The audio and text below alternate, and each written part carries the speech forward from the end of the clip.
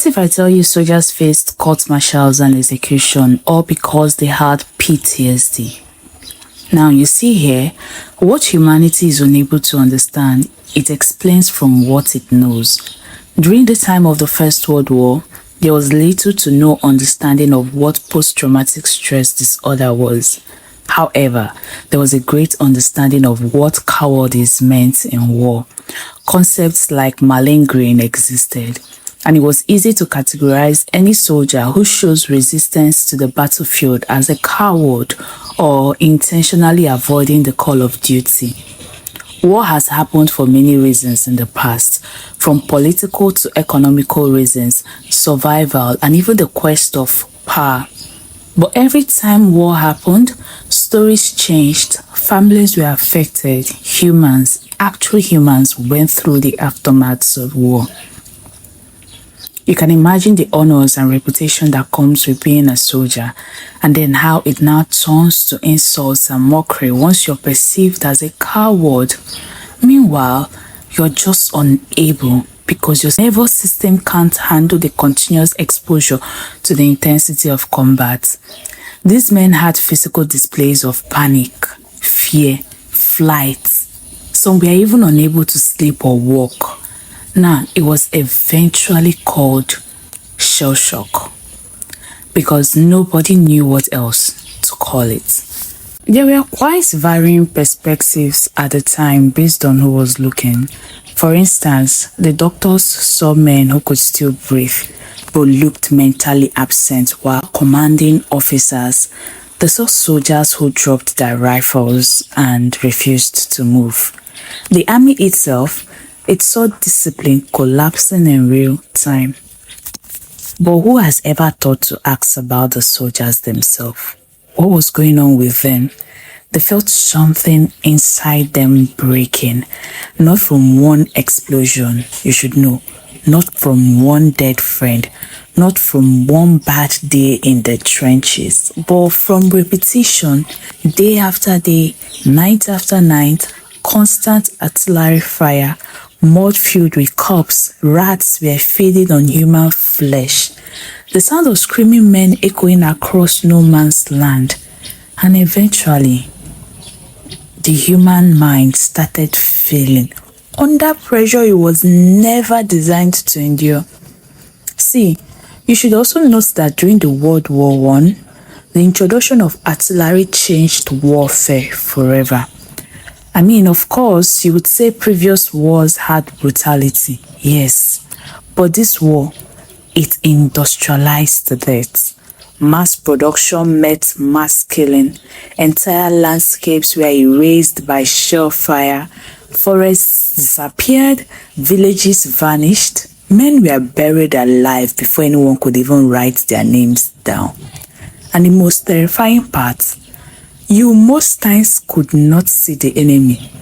A soldier could spend days inside a trench waiting for death from the sky, not a bullet, not a sword, not a visible attacker, just an explosion. Tell me, would you be able to handle that without shock? Then another and another and another explosion. For hours, sometimes for days. Now imagine your body trying to sleep while the earth itself shakes beneath you. Imagine hearing metal tear through flesh every single night. Imagine knowing that at any moment your closest friend could simply disappear into pieces beside you. That was the environment these soldiers lived in. So when some men began trembling uncontrollable, when others lost their ability to speak, when strong soldiers suddenly coiled into themselves like frightened children, many commanders believed it was weakness, cowardice, a failure of masculinity. Because at the time, war demanded emotional suppression. A real man was expected to endure pain silently. Fear was shameful. Hesitation was dangerous. And the military machine had no patience for men whose minds had collapsed. Some soldiers were dragged before military courts. Some were accused of faking symptoms to avoid combat of war. Others were executed by the firing squad for insubordination just because they could not fight. Their body just couldn't. It seems as though nobody was understanding what was going on with them. It's not that they betrayed their country, not because they switched sides, but because trauma had destroyed their ability to function. See, one of the cruelest reality of the shell shock was that many victims themselves did not even understand what was happening to them. Imagine a soldier who prides in agility and strength, waking up and your hands won't stop shaking. Imagine trying to stand and your legs refuse to move. Imagine hearing explosions in your head even when the battlefield is silent, it keeps echoing. There were soldiers who went blind without physical injury, soldiers who became mute overnight. Some froze completely whenever they heard loud sounds.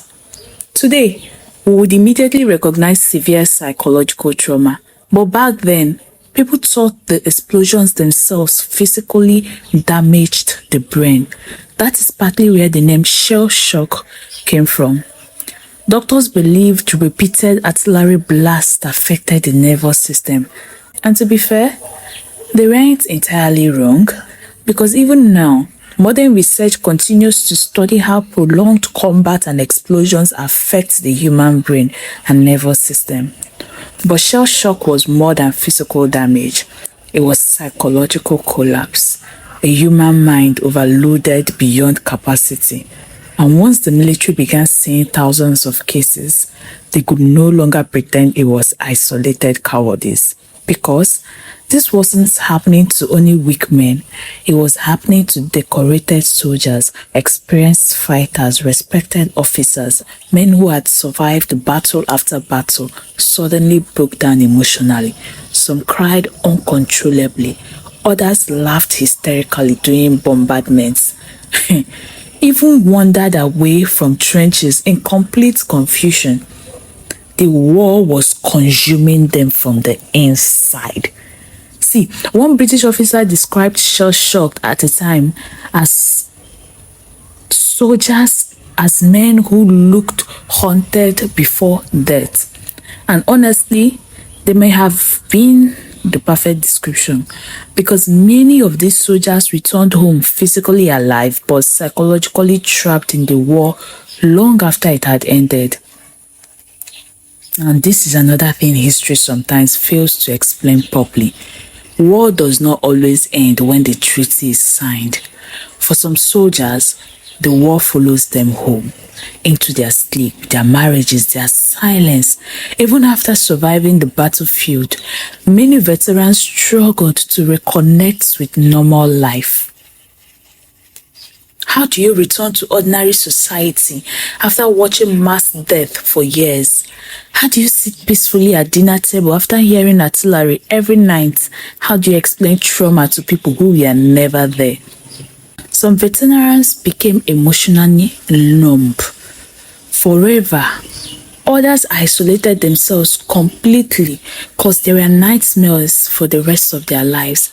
And sadly, countless families did not understand what their loved ones were experiencing. A returning soldier was expected to feel pride and victory, not panic attacks or emotional breakdowns or fear. So most of them suffered quietly. And that is why shell shock became one of the most important turning points in military psychology, because humanity was forced to confront an unforgettable truth. Even the strongest minds and body can break under extreme suffering. So the next time you hear a war story, remember it is not just the dates that matter. Actual lives were disrupted forever. Hi, if this changed how you see history, don't stop here. Follow this channel, like this video and share it with someone who still thinks history is just dates and names. Because here, we just don't tell history, we rethink it.